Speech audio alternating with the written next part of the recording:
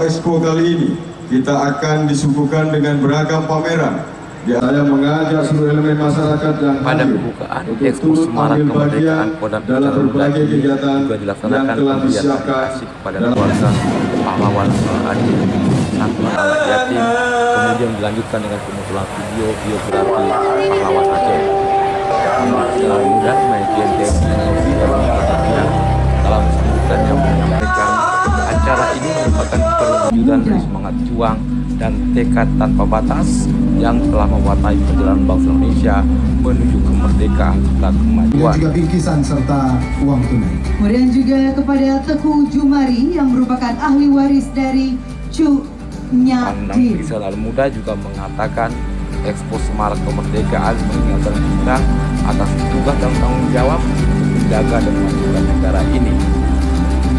Baik, dan selanjutnya Ar-Rahman Indonesia, Hal ini juga selaras dengan kondisi Nurul Huda Aceh Aceh yang penuh berkah bagian dari sekaligus Yayasan bagi Gunung rakyat Aceh Sejahtera untuk Kota meraih Banda kehidupan Aceh. yang lebih baik. Tentunya ada 100 panitia juga mendapatkan bingkisan spesial tentunya dari Bapak Pangdam Iskandar Muda.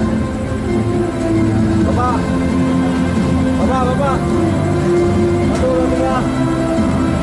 Kodam Iskandar Muda akan selalu berdampingan dengan jajaran Forkopimda serta komponen bangsa lainnya untuk menggalang spirit kebersamaan sebagai upaya menciptakan Aceh yang damai, aman, nyaman, serta sejahtera.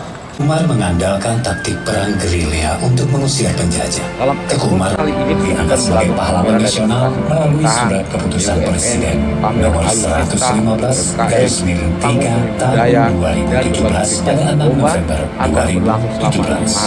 Hingga 2023. Bukaan ditandai dengan pengukuran tombol serine oleh Pangdam Muda dengan beberapa khusus tertentu. Dari Banda Aceh, Sarjana Ketua inilah